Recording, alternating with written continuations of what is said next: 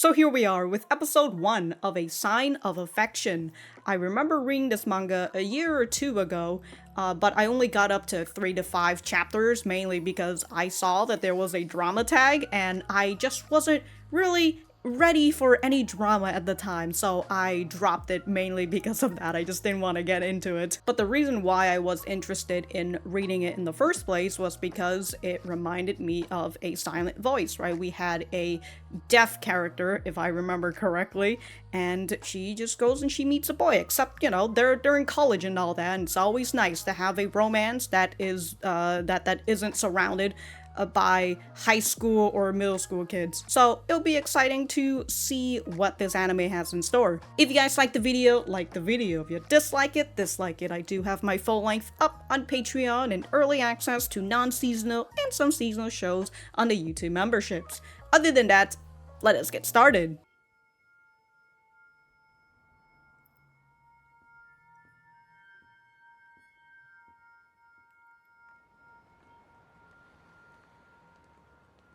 Okay, I was wondering if, like, the muted sound was supposed to be how she hears it.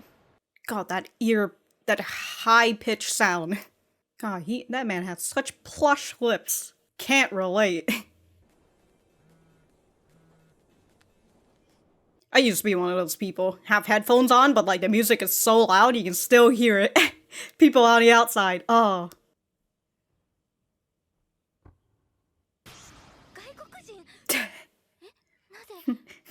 A foreigner out of everyone. Me.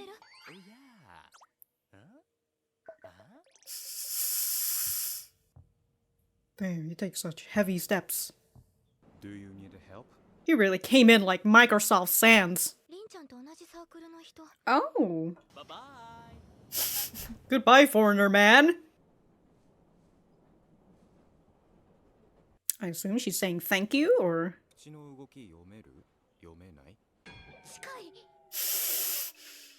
A little bit.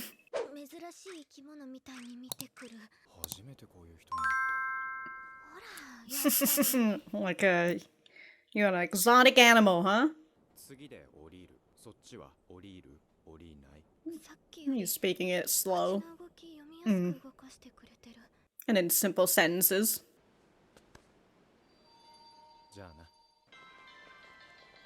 Typical anime man. Petting girls on the head and everything.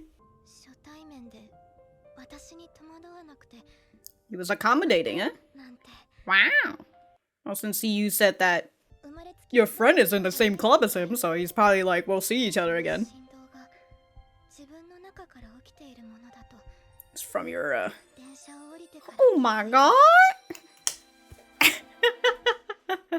I can't help but think of, Skip and Loafer. That is a nice alarm, because it does vibration and it's in her bed. These beta fishes? There's like 3 of them! What the If they are beta fishes, dude, fucking Royal Rumble is happening in that tank.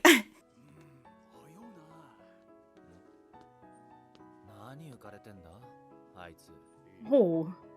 When I was saying that other guy has plush lips, that man though, woo! God, the pastel, like, background, the way they drew the bushes. Who, me?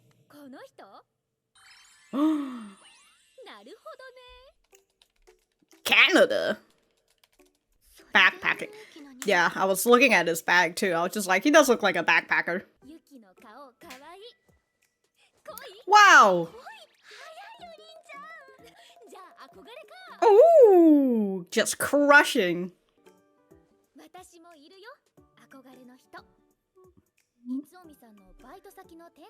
Oh, his boss? Cousins?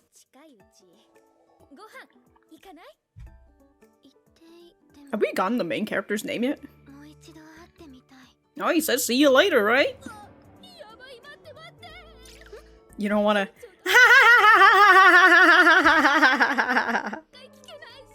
Rip.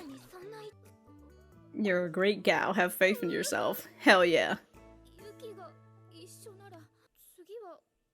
Yeah, be my rock.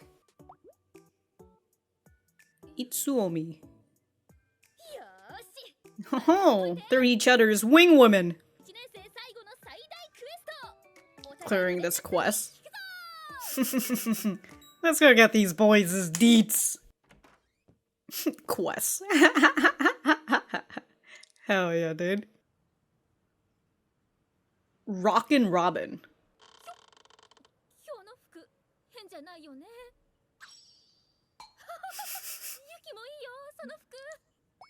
I thought you're too cute to compute with.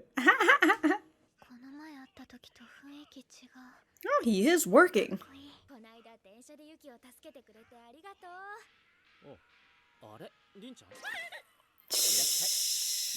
Oh, you can talk with the other guy fine. The moment the boss comes.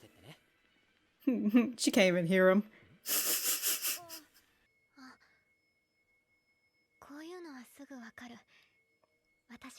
Mm-hmm.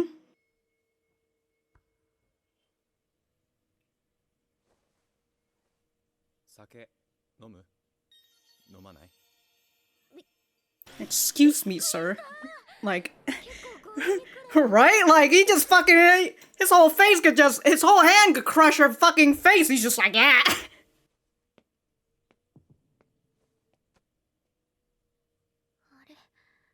You had a doki doki in your chest.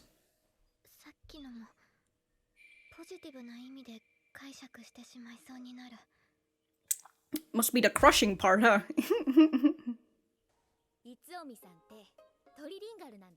Wow! What's the third language that he speaks? Oh, English and German.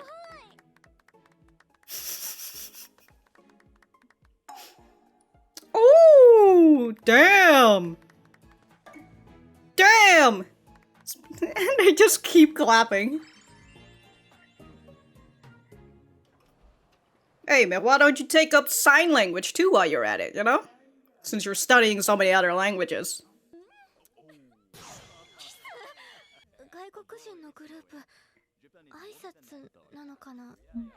Possibly? Who are these foreigners just speaking in English? Alright, hold on, I have to... There, you hear that one woman? She was speaking rather fluently.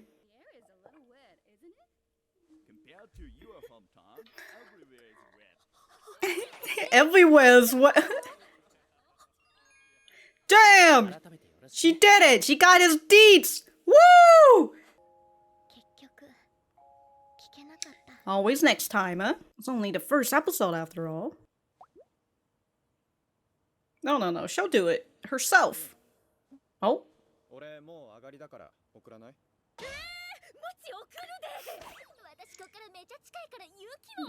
Yeah, let's go! Wing woman, let's go! Yeah! God, everybody just has such luscious lips. They're so kissable. I'd kiss everybody in this anime, and I don't even kiss people. Oh my god. He's holding your hand and walking you? Damn. Must be from all the backpacking experience. Ooh, but now it's so... Oh my god! Well, maybe you should start walking by his side, you know? Oh! Oh! Damn, she went in! How do I say that in sign language?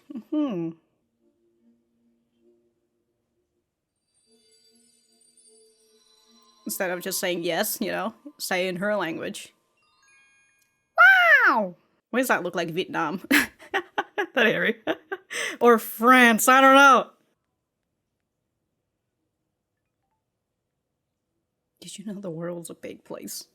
Do you think the world's a big place?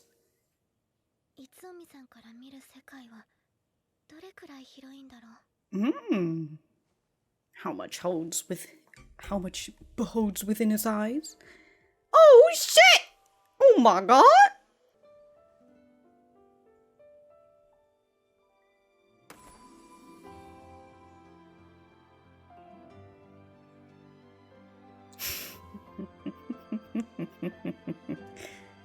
So excited.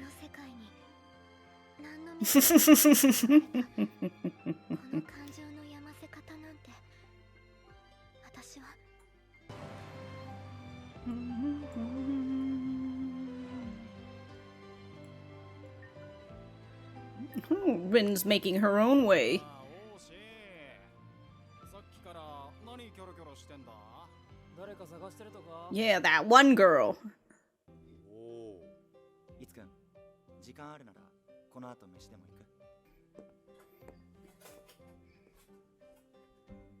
I can't tell the difference. This haircut that he's got.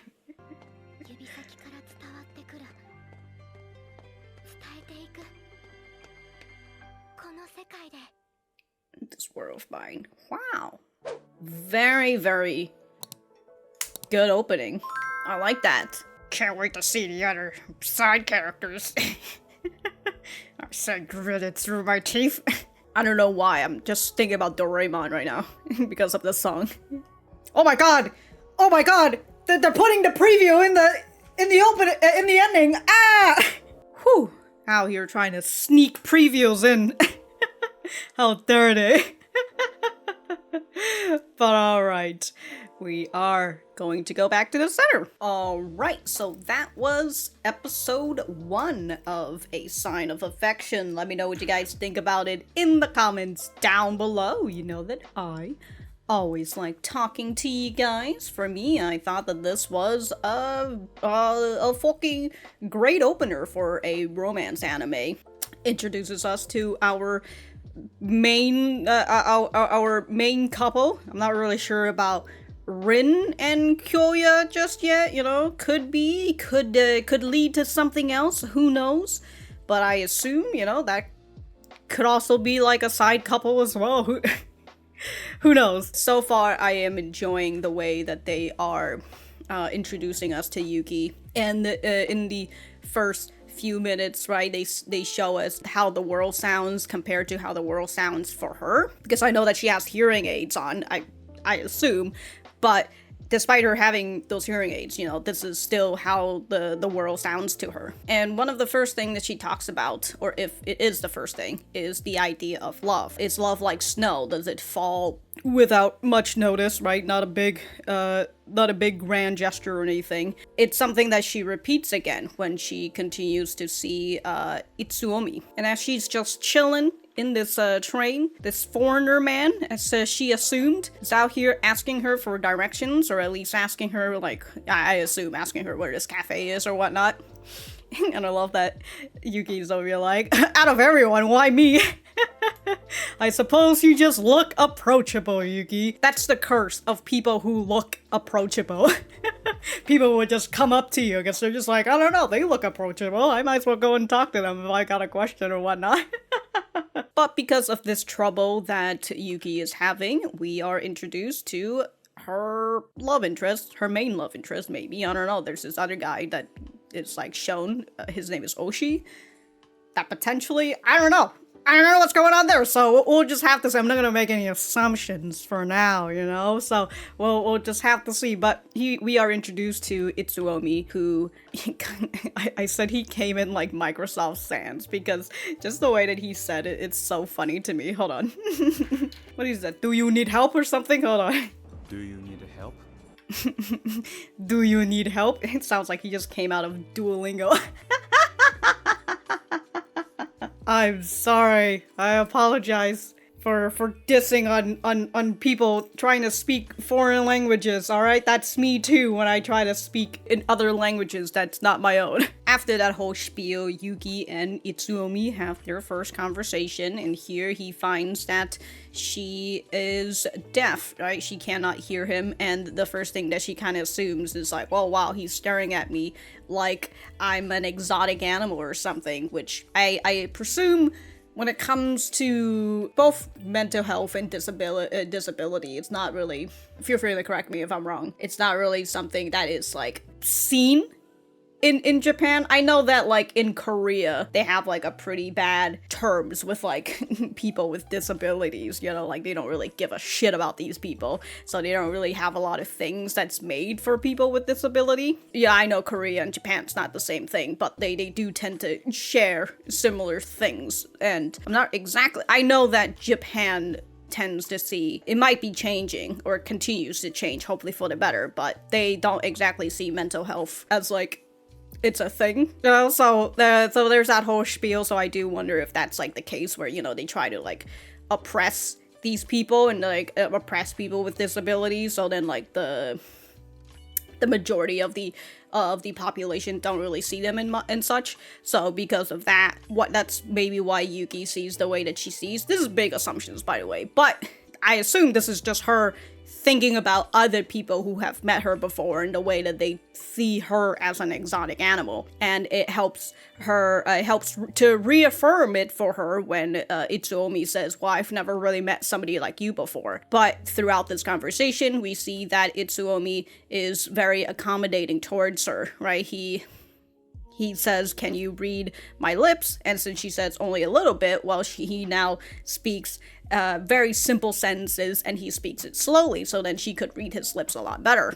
And I thought that this was a pretty nice way to introduce these two, and especially to introduce Yuki's, I was gonna say affliction. Is it to say affliction? But, you know, to introduce her deafness to Itsuomi and then see how he reacts to that, and I really enjoyed that. Itsuomi's out here just fucking putting his whole ass hand on her head, like, here's a pet. Anime girls, they love getting pets. But yeah, he's really out here just fucking putting his whole hand on her head. I'm just like, alright, dude, let's not. You don't even know who she is. What the hell's going? But I do enjoy that later on, after Itsuomi fucking like puts his whole hand on her face, and she's just like, whoa, that's like, that really fucking startles me. But then she begins to think about like, how is it that I'm only thinking about the positives out of him? And I'm just like, you know what? Maybe that's one part hot people privilege, and also the other part is that you're kind of crushing on him, so you're kind of just overlooking it, you know? But I do enjoy that they brought that part up. Can anybody tell me what these fish are? Because they look like betta fish to me. And if they are betta fishes, it's a Royal Rumble out here. Once Yuki's gone, Royal Rumble. Attack, they are fucking vying for each other out here, dude. Because like, when I was like, oh, this look like betta fishes, you know? And then the third one came in, and I was like, oh my god. 3 of them in the same tank? God damn, dude, god damn. But who knows, you know, they might not be betta fish. It's a nice looking tank though. You can see that she cares about her fish. You got the, you know, she's, and then like, if they are, even if like they are betta fish, like they, you know, no fish should be living in a fishbowl. So like, this is at least a 10 gallon tank. And you know, she's got some nice greenery. She has like a nice decorative rock in the back, right? With all these gravels and dot. You know, it's a very decorated tank. And just know that I would assume, just from seeing this, she puts a lot of care into her fish. So, I enjoy that. Do I sound like somebody who has fish? Because I don't. I have a turtle who refuses to die, the fucking asshole. Keeps living and shit. What a dickhead. Damn, are these her sets of earrings? What is this? Or maybe, no, these are just her, like, jewelry stuff? Oh, yeah, that's a necklace right here. Maybe these are earrings. Who knows? Who knows? Damn, dude, she's so organized. Can't be me. Can't relate. She's got all these, like, boxes for organization and everything. And her set of books. And then a nice little, succulent on her bedstand. Okay, I wanted to look at her bedroom from another angle, which is right here. Okay, so her fish tank is right here in the corner. There's a nice little light on top. Okay, that's a really square fish tank. I will say, if, whenever my fucking turtle dies, which is probably not until like the next 10-20 years, I would love to have like at least just a 10-gallon fish tank. That's really all I want. Like, if I were to get something else that's not a goddamn needy ass turtle, or honestly, I would probably get another turtle, but not like a red ear slider, because I got fucking scammed into that shit. Anyways, I would love to get like a much smaller turtle that doesn't grow into like fucking, I don't know, 10 inches or whatnot. I don't think he's 10 inches. All I know is that he is like bigger than my hand now. Alright, I need to stop insulting him. But if I were to get something else, I'd probably get like a fish that's like plentiful small, where 10-gallon would be good enough for them. I probably would not get, I used to have a goldfish as well, but like, that goldfish was also very needy. I hated him. I mean, I loved him, but I also hated him. I have a love-hate relationship with my aquatic pets. He unfortunately grew a little bit too big, and I just could not take care of him anymore, and I had to give him away. Unfortunate. Unlike my turtle, who is, he has reached his max size for the moment. I mean, he's still kind of growing little by little. But for the most part, he's kind of at his limit, so it's good. But that fish, that goldfish, it was still continuing to grow. God, dude, goldfish are just so adorable. I would love to get another goldfish. Probably depends. All right, I'm gonna stop talking about aquatic animals. I'm on a fucking tangent. This fella right here, his name is Oshi. He sees Yuki runs, and then he's like, what's with her? Someone's in high spirit. And then in the next scene, towards the end of the episode, we see him again looking out, and he's just like, where is she? You know, where is that girl that I always see walking past by this bakery? Also, this bakery, I will say, damn, dude, the food looks so good here. Oh man, makes me want to go back to the bakery that's near me. Ooh, it's so nice. Why does that look like Rin? This girl right here. But yeah, oh my god, all those bread. And then there's this man with his, ooh, luscious lips. Hey, this guy doesn't even have kissable lips. That's how I know he's a villain. Okay, so that girl at the bakery, her hair is very different from Rin. Okay, so we are introduced to Rin, the person that Yuki mentioned, right? That she goes to the same college club as Itsuomi. And so here we are with Rin, Yuki's friend. She seems like a nice friend, so that's good. She introduces us a little bit more to Itsuomi, that he is a backpacker. He recently came back from Canada. He knows many languages, right? He speaks Japanese, English, German, a little Chinese. He started studying Spanish as well. And perhaps, as we saw towards the end of the episode with him asking Yuki, like, how do you say sure, somewhere around there, in sign language, perhaps that's also another language he's going to pick up. Rin mentions that maybe Yuki has a crush on Itsuomi. Rin also mentions that she has a crush on Kyoya, who is Itsuomi's cousin, probably. And, you know, we've just got two girls who have different crushes, which is good. Good. Good. But we'll just have to see until, in the next episode and onward, I'll have to see if anybody else got the same crush on, got the crush on the same person. So, they went to the Rockin Robin, is that what it is? It's the cafe and bar. And Kyoya comes out, he greets Rin, and he greets Yuki, but he realizes that Yuki isn't paying attention to him, and so Rin has to tell him about Yuki's condition, and Yuki just glancing on over, she's just like, you know, I just know that they're talking about me. And it's just an intuition that you kind of pick up if you're, I would assume, if you're sort of like these people, right? You just kind of know that they're talking about you. It's kind of like when you go to an Asian salon or something, and they're speaking in different language. You just somehow know that they're speaking shit about you. I like this depiction, and as we see that even though they're technically sitting rather close to one another, it feels very far away, and it makes her feel like, oh, you know, I would assume that she is not like everybody else, and she has to have her friend tell other people about her condition to other people, and it's just kind of like, okay, you know, if it's not people who would look at her like she's an exotic animal, perhaps it's going to be people who would pity her for not having the ability to hear. Wow, sucks to suck. But this is the same part when Itsuomi just fucking puts his hand on her head and just pulls her up, which in its own way gets her out of that feeling that she was feeling and brings her attention to him. But again, man's really over here just fucking grabbing her entire head and pulling it up. I'm just like, Jesus.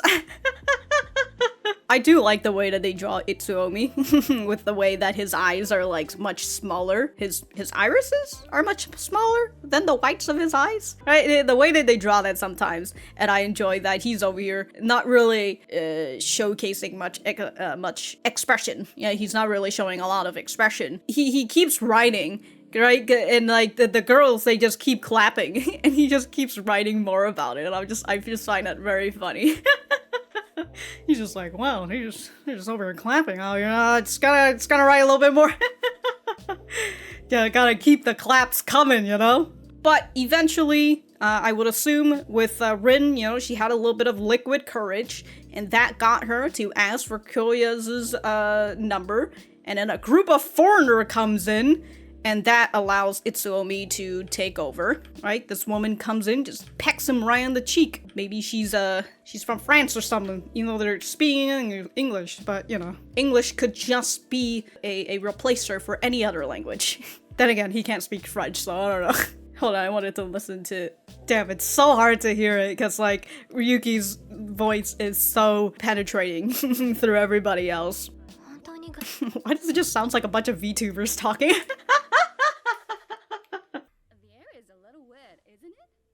Compared to your hometown, everywhere is wet.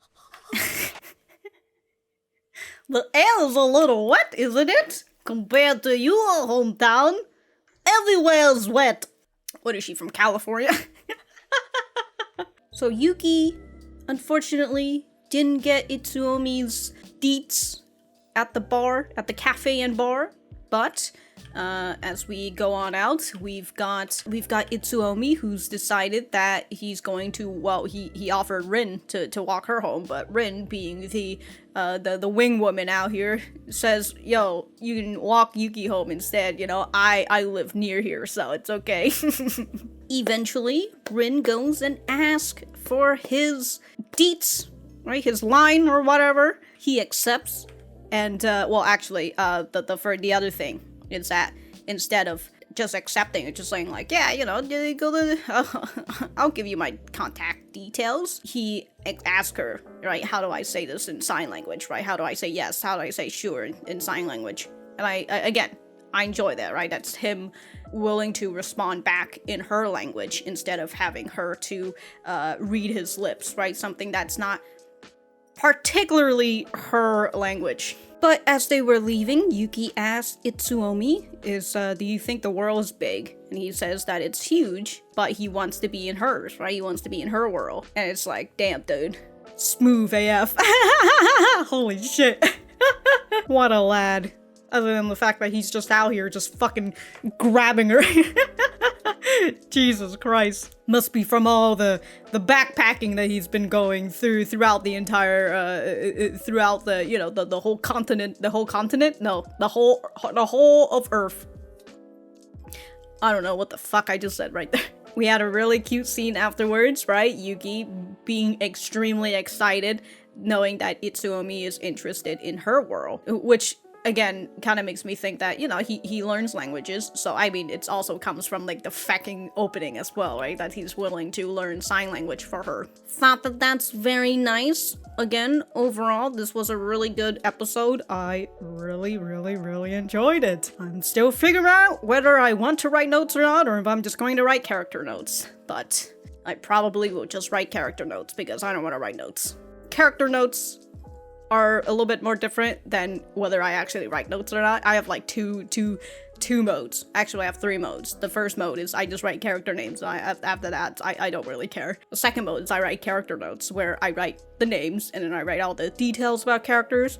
And then the third is I just write out not every single thing, but the details that interest me the most in the episodes. And those are often the notes that you see if I'm writing them and I'm posting them on the Patreon or the YouTube memberships or something.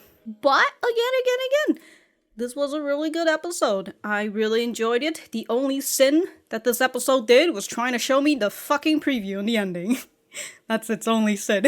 But other than that, I love the color palette. It's so nice. I love the pastel like backgrounds. Oh dude, I just love the scenery in general. Through that whole bakery, I could just eat that whole bakery up. It's so good, dude. I love it. I just want them to show me more of it. And that's pretty much it. If I have anything else to say, I will write it in the description down below. Thank you guys for sticking around, and I will see you guys in the next episode.